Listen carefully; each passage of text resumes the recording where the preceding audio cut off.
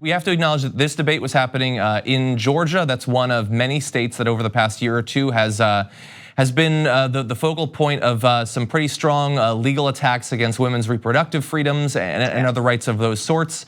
What did you think about the overall coverage outside of the family leave, inside of the debate on issues affecting women? Yeah, I think there hasn't been enough focus on it. Here in Maine, we're very focused on it since Susan Collins, the person I'm running against, was the deciding vote on Brett Kavanaugh. Yeah. And so our right to choose is completely under attack. And without that, there's no economic equality, there's no social equality, there's nothing. So I think we need to spend more time on that. And having just the right to it does not mean having access to it. So that relates to healthcare. Until we get healthcare for all and Medicare for all, those access doesn't mean anything. We have to actually be able to have coverage and have it in rural areas like in my state so that people can actually access those things. We have to talk about pay equity. We have to talk about a lot of issues that affect over half the population, which have been pretty much absent from this debate. So Betsy, you mentioned Kavanaugh there and her being the deciding vote. And I think her speech attempting to justify that vote is probably one of the most important speeches that she ever gave. And if there's any justice in the universe, people will remember her based on that speech.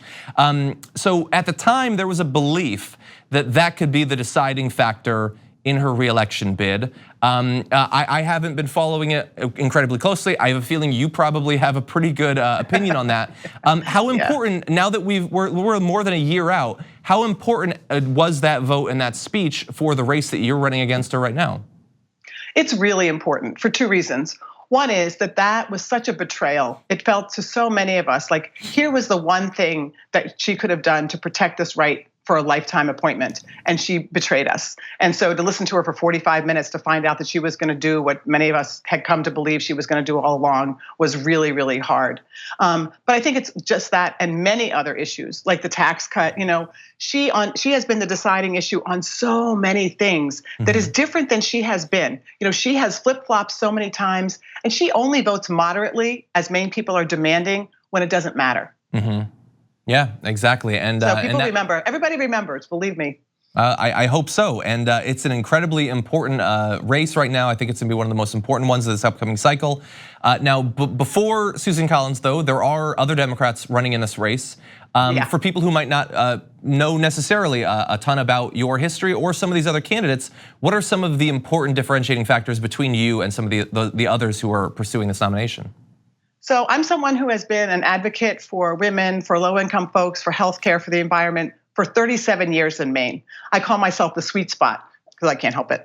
somebody who has known how to bring people together, to pass really important legislation to working families in Maine, but not been part of the broken rig system. So that's a special perspective I bring. And so I think it's really important. And I'm also the progressive person in this race. I support Medicare for all. I support a Green New Deal. I support getting rid of student debt. And I'm the one who's actually speaking confidently with a plan to do all those things. Yeah. So the description you were just giving there of you as the sweet spot, you didn't reference individual candidates.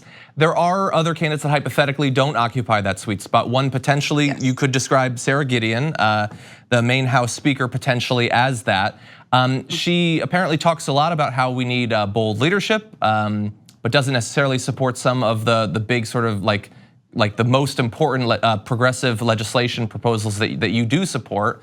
Do you think that support for things like Medicare for all or the Green New Deal, that those could be decisive in this primary between you and some of the other more establishment candidates? Yeah, I think they will be decisive. In 2016, Maine voted overwhelmingly for Bernie Sanders in the primary. So I think it is a shared value among Mainers, whether you call it progressive or conservative. People in Maine believe we have to do something about the climate. People in Maine believe that we have to have a living wage. People in Maine believe that we need health care for everybody. And so I think that lane is really does speak to Maine people, and she doesn't occupy it. She is the chosen candidate of the political folks in Washington, and they want a moderate. They want someone who's going to come down and not necessarily stand up for the people of Maine, but accomplish their agenda, which is to be careful and cautious, as we know. Betsy, where can people find out more about your campaign and your platform? Thanks. If you go to betsysweet.com, it's our website. And I think we're at a pivot point, John, in this race all over the country and especially here in Maine, which is if we want something that is different, if we want something that is not the corporate executives, that's not for the wealthy, but is for real working people, I'm that candidate in this race. So go to betsysweet.com, do what you can to help us out. And we really look forward to winning this and winning the big race against Collins in November. Betsy Sweet, candidate for Senate in Maine. Thank you once again for joining us. Thank you, John. Take good care.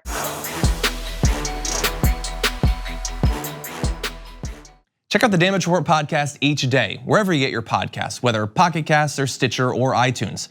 You can join me as I give you the news and stories you want, with a range of co-hosts and interview guests jumping in on the fun each day. Again, that's the Damage Report, wherever you get your podcasts. And if you get them at iTunes, don't forget to rate and review. Sometimes I'll read them live on the show.